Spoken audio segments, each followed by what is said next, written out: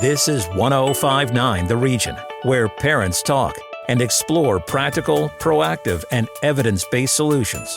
This is Where Parents Talk with Lianne Castelino. Great to have you along for this edition of Where Parents Talk. My name is Lianne Castelino. Thanks for joining us here on 1059 The Region. How much fun are you having as a parent? Does being a mom or dad make you happy? Are these things you ever think about in the busyness of raising kids today? We are going to dive into those topics with our guest. He is a behavioral scientist, an organizational psychologist, and a thought leader in the positive parenting space. Dr. Mike Rucker is also an educator in the science of fun and a father of two.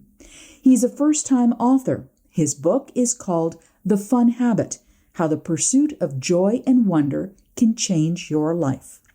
Dr. Rucker joins us today from North Carolina. Thank you for taking the time. Thank you for having me. Really interesting topic because I think it's something that not many of us think about intentionally. But the fact is, the pursuit of happiness can be a relentless, lifelong, often futile journey for many people. So should we be pursuing joy and fun instead of happiness? And if so, why? Where happiness has become problematic, especially here in the West, is kind of putting it on a pedestal as an ideal, right? And so if you look at it from an evolutionary standpoint, it really was meant to be fleeting so that we were properly motivated to do things that would lead to our success as a species, right? Things like eating high dense calorie foods, right? Things like procreating. So, this idea of always trying to sort of stay at the top of the pedestal is essentially, we call it the hedonic treadmill for a reason, because, eventually you're going to level set and want to desire something more. But if you find your enjoyment and fun in something inherent and you're mindful about how you experience those things, it tends to be a lot more sustaining because you're not chasing something per se. You're really enjoying yourself where your 2 feet are. So let's dig into that a little bit more using the perspective of a scientific lens. What does the science say about the benefits and impact of fun?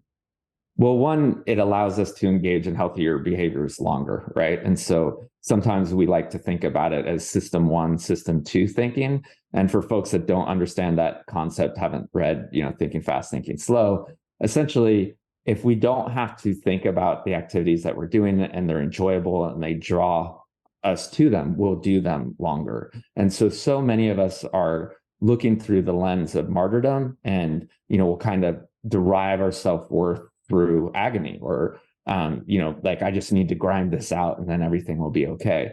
And ultimately, that's not sustainable. If we're always kind of repelled by the things that we're doing, it leads to burnout. And we're especially seeing that phenomena here in North America, right? Where in 2023, even coming out of the pandemic, is some of the worst burnout we've ever seen. Academically, I research physicians. And in America specifically, it's the highest rate we've ever seen at 63% of physicians reporting that they're burnt out. So finding ways to enjoy ourselves more, whether at work or hopefully between work and leisure, becomes extremely important, through that lens. And so it also comes with a whole host of benefits, right? When we're enjoying ourselves, our stress goes down. And so we can see high correlations with reduced negative outcomes, both physiologically and psychologically. It boosts our immune systems because when we're enjoying ourselves, and again, that stress gets reduced, right? We release endorphins and we know that makes us feel better. It helps us sleep better, which, creates the foundation for solid well-being.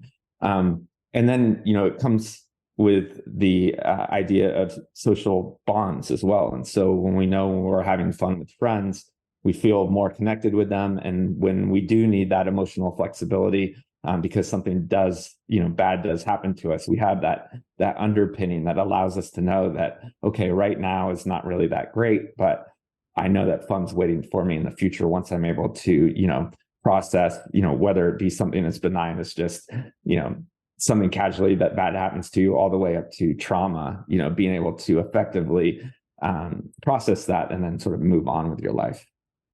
Focusing on burnout and stress for a moment, certainly two words that a lot of parents can attest to and potentially experienced even more so due to the global pandemic. You're a dad yourself with two kids under 12. Thinking about having fun is not always an automatic for parents. So how can a parent pinpoint joy in their lives? It's really a practice in mindfulness, right? So I offer up in the book, The Fun Habit, kind of 5 different tools. I package them using the acronym SAVOR. But the first is really understanding that you have more agency and autonomy than you likely think, right? When we're parents and we're really burnt out, this can be, both for work and domestic duties. That we get this false belief that we don't have control over our environment just because we're so burnt out, right? We have so little energy that we have to really use linear thinking to get through the day, right? Like, I just need to get through this task list. There is a gender bias to this. Women, because they tend to have more empathy, moms will I have to do this for the folks that I love. So it comes through this lens of, a sense of duty. Fathers have other variables at play, but ultimately, when we are just like, I just need to get through the day, we're not thinking about how we can create transition rituals between the things that we have to do and the things that we get to do. And generally, we get to do a lot more than we perceive. And so the first is that awareness of going, okay, let me just sit down. There's 168 hours in a week. Let me see how I'm spending this. And granted, most of us will have things, what I call agonizing activities, that we can't reorchestrate. But a lot of us have a lot more flexibility in big chunks of time than we think. And so an example I often use for parenting is, and I saw this through observation, a lot of parents will take their kids to the park because they're like, I just need to get my kids out of the house and be active, but they'll sit on the park bench and essentially just, engage in passive leisure, like, thumbing through Instagram or whatever it is, just trying to displace the boredom they have because they've looked at this as a work task. And so just a subtle shift of like, wow, these are 2 hours I have with my children and I can dictate what we're actually doing. So in my own life, what I did, I go to classes with my kids. So I ended up pulling my daughter, using a similar example. I had her going to a tumbling class where I was that parent just sitting on the bench watching her. And so changed out that activity for doing a daddy-daughter dance class where I could actually engage in the activity as well. And so not only, was my daughter doing the thing that we wanted her to do, but now I was, creating these amazing memories with her and being an active participant within that 1 hour of time. So that's just one example of how, through a little bit of creativity, you can shift these things that, I just got to get this done, into something that's really fun for both of you. And if you get really creative with it, my daughter's kind of aged out on wanting to dance with her dad. And so we replaced it with cooking. But that's another amazing activity where we're co-creating these really joyful moments together, both, moving towards a path of mastery. And now we have these memories that we can relish too. So the fun sort of, has this added benefit after the fact. We are in conversation with Dr. Mike Rucker, behavioral scientist, thought leader in the science of fun, and author of The Fun Habit. Take us through, Dr. Rucker, what made you decide to pursue fun in your own life? Yeah, so I found myself endlessly chasing happiness. Had over-optimized my life. I had somewhat a little bit of success as a health entrepreneur at the company I still work for. And everything was really going well for me, but I had really started like plug in my good days, in a spreadsheet, looking for correlations. And the problem with how we look at happiness, specifically in psychology, we boil it down to something called subjective well-being and kind of rate it on a scale of 0 to 10, right? And where that becomes problematic, and this isn't just my own conjecture, this is now been widely studied, but one of the initial researchers, Dr. Iris Mouse out of University of California, Berkeley, has done amazing work in this area, is that what happens when you kind of reach that pinnacle, right? Anything bad that happens, it has you tumble down the pedestal. And that's exactly what happened to me. I'd over-optimized my life for always trying to be as happy as I could. And in 2016, not only did I lose my younger brother quite suddenly, but I also, lost my ability to run. And that was one of the main activities I had for fun. So obviously would way rather have my brother back than my hip, but that 1-2 punch of becoming an only child essentially, and then not identifying as a runner, which was, one of my main facets of my personal identity, really blew me up. And so I kept trying to I can will myself out of this. I'm a helpless optimist and I found that the more I tried to dig myself out of the hole, the less happy I was. And I've now come to discover that once you are always chasing happiness or sort of hold it up as an ideal, so not necessarily valuing, it's important to, talk about semantics here, right? Like wanting people to thrive, valuing happiness as an ideal, wanting your family to be happy, that's not problematic. Where it becomes problematic, especially here in the West, where we live in an individualistic society, so we tend to hold on to the good things, but also really hold on in our heart the bad things. That if you're overly concerned about how you compare to others, and especially with the advent of social media, where you're comparing yourself to curated lives of your cohorts and neighbors, that energy, that rumination on, where you want to be versus where you're not, that gap becomes really problematic. And over time, for folks that are familiar with psychology, it's really cognitive behavioral therapy in reverse, because you're ruminating on, oh my gosh, I'm unhappy. I'm not where I want to be. I used to be here and I want to get back there. And so those negative loops start to bleed in subconsciously to your identity. And you're like, well, obviously I must be an unhappy person. And then once that happens, it becomes insidious, because then you start to look for artifacts and things in your life that support that, because that's just how human nature is.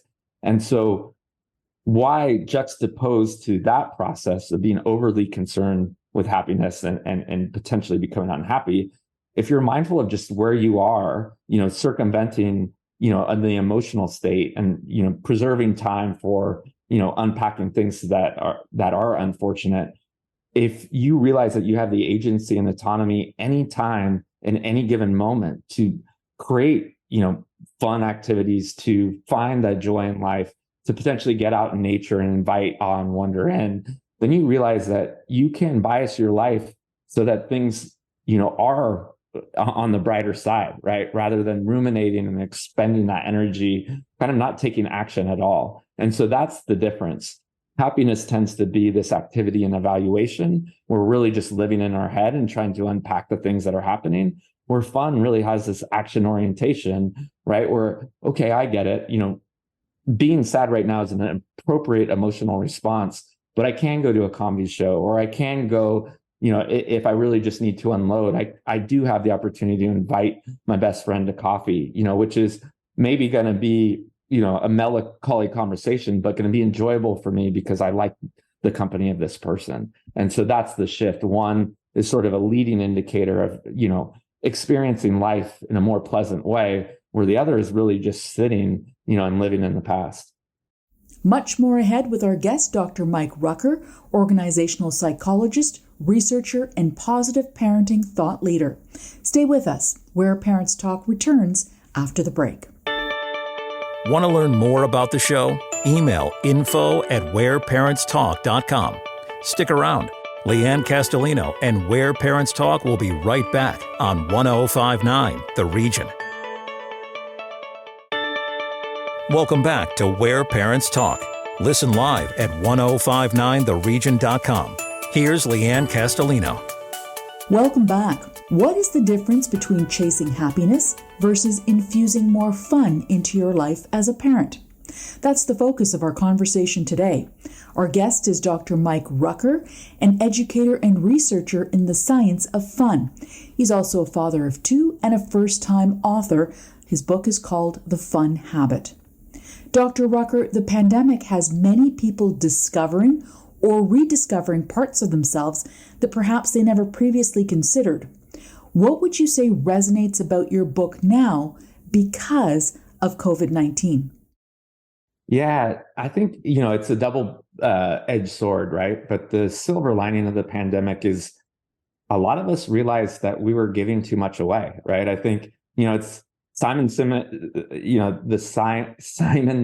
of the world this idea of knowing your why, I think was important, right? That was a big idea before the pandemic. But I think what the pandemic opened up is, what is what am I giving away, right? Knowing your what as much as knowing your why. And so many people had realized that they had habituated their lives in a way that time was passing them by. I mean, we really got this intimate relationship with time because it was taken from us. And so some people came out, especially the ones that had a slant towards a growth mindset of going, I don't want to get back to those rhythms of life that were essentially stealing time from me. While others habituated their lives in a way where they weren't contacting their friends, they were worried about their personal safety. And it's not like we're out of the woods, right? I mean, COVID's still a real thing. So you saw some folks, kind of take back that value of time. In psychology, we call that time affluence. And we know folks that sort of value the construct of time over the concept of money, because if you really want to make more money, right, you can trade time for it, but there's no way to make more time. We don't know how much we're given, but whatever that is finite, right? And so using it more wisely, I think, was really valuable coming out of the pandemic, because people had that intimate relationship and some people are making better choices. The other side, like I said, it was double-edged. Some people, because we are folks that like to habituate our behavior, got into these rhythms where it's sort of like, I just need to get through this because I'm afraid of my personal safety. So I think if you find yourself, where things have become too routine and you haven't really come out of the pandemic questioning things, maybe using this as an opportunity to piece things back together in a way that you do have that intimate relationship with time.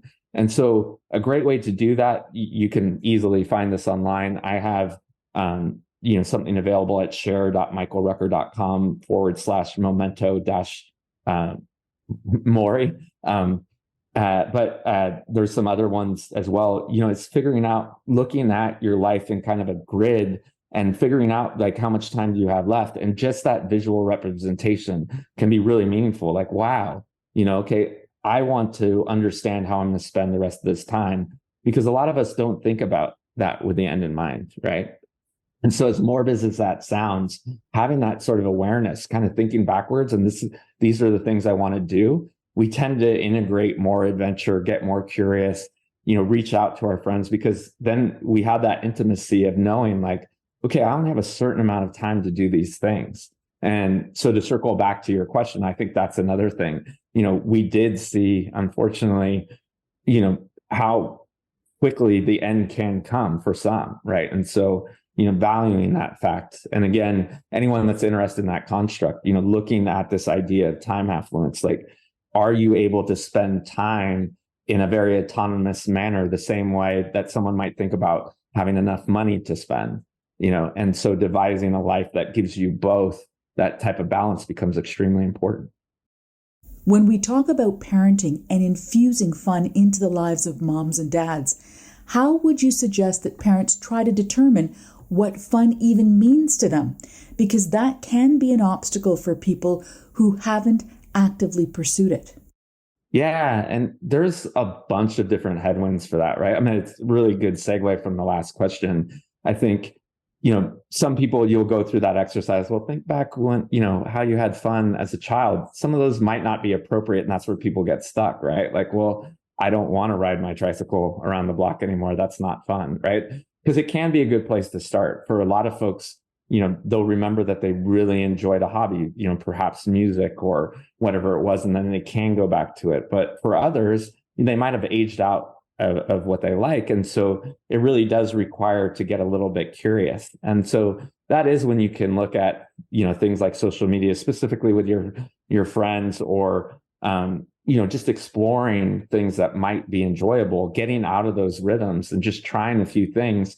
And if the first few things fail, like let's say you picked up an improv class and you're like, that was absolutely horrible because I'm an introvert and, whatever it may be, like, don't give up, right? Just kind of laugh and go, okay, that's not for me, but keep experimenting with things that might be enjoyable, or use your kids as a way to get there. Obviously, if what they're doing, like playing Matchbox cars, is not your idea of fun, don't do that. But engage in dialogue, again, like what I did with my daughter. And maybe it is something that both of you guys can do together because you don't have the time to go explore things by yourself. The last thing I'll say, and again, this is something that's happened in the West, is, due to how things are marketed to us, a lot of folks are like, you know what, I'm just not a fun person, because they think that high arousal, extroverted activities are the only way to have fun. This research comes from Jeannie Tsai out of Stanford. We should celebrate things like serenity and calm and peace as being just as fun as going to, Rage Against the Machine rock concert. And so maybe one of the reasons you think you can't have fun is because, we've been kind of force-fed this ideal that fun has to be a night out dancing, where, for a lot of folks, fun might be just asking your partner, can I have a 2-hour reprieve? Because I haven't read a good book in a while, And so whether you want to call that self-care or not, fun is just engaging in pleasurable acts. And if that means that your tastes and preferences have changed, and just finding a little bit of time for yourself is what it's going to take to have fun, then go ahead and do that. Give yourself permission. It doesn't have to be, an extravagant night out. You can really find fun in the spaces. And it's so important. I guess just to button it up into a bow, we're now looking at fun and leisure the same way we looked at sleep in the 1990s, right?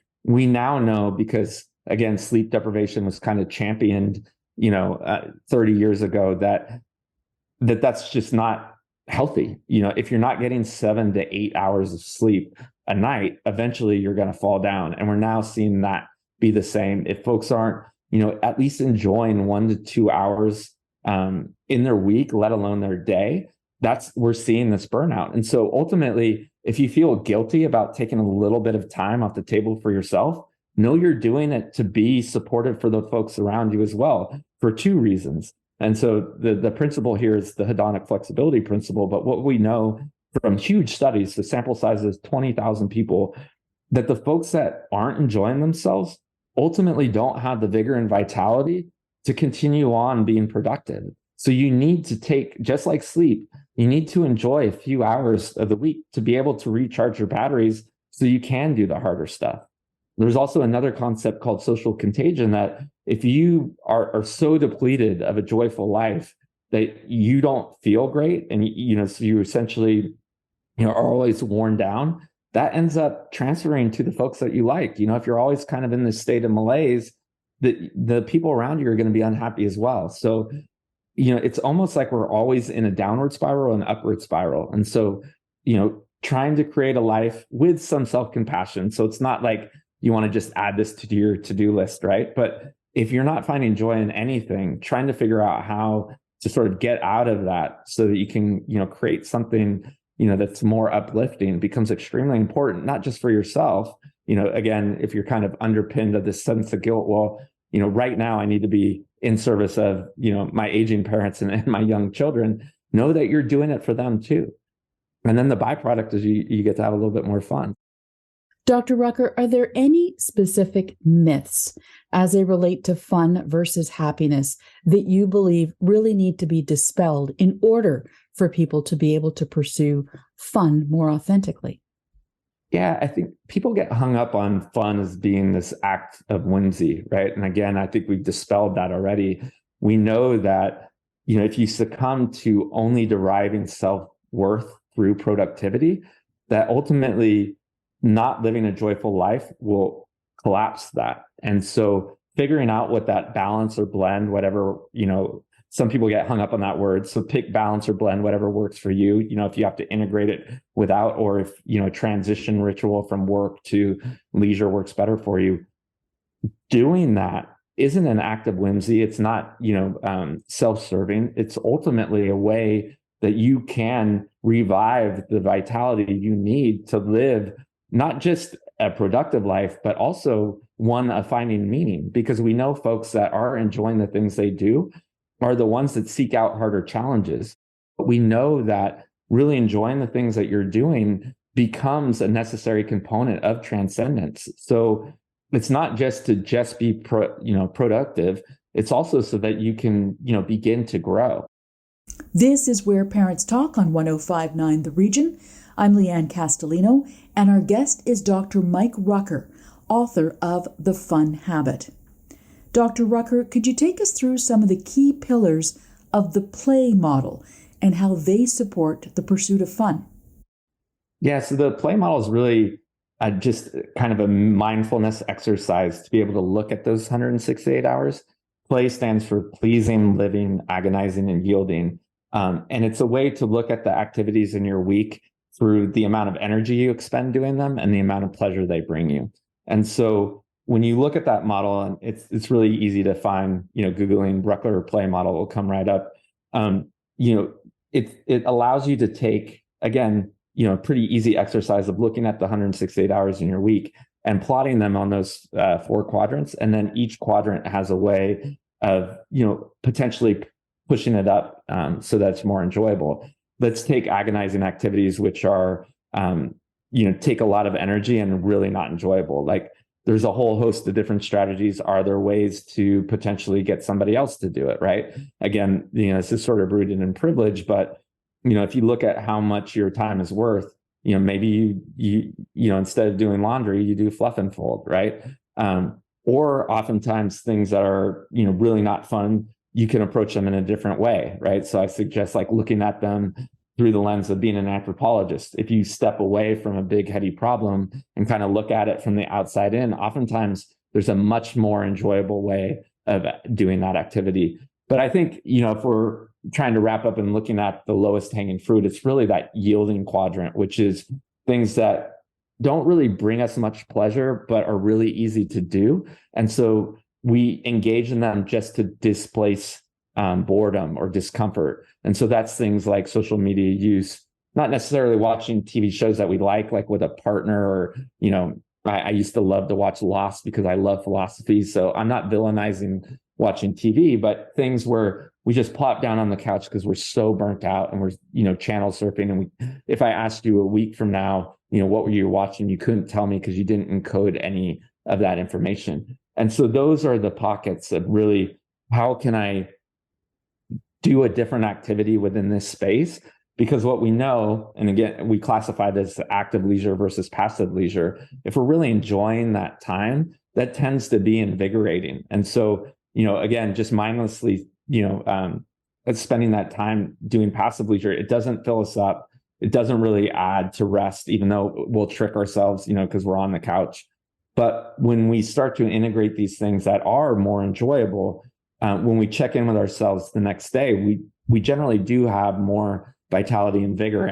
But it's hard to get there psychologically because, it is just comforting, right? When we're so tired to just kind of plop down and do nothing.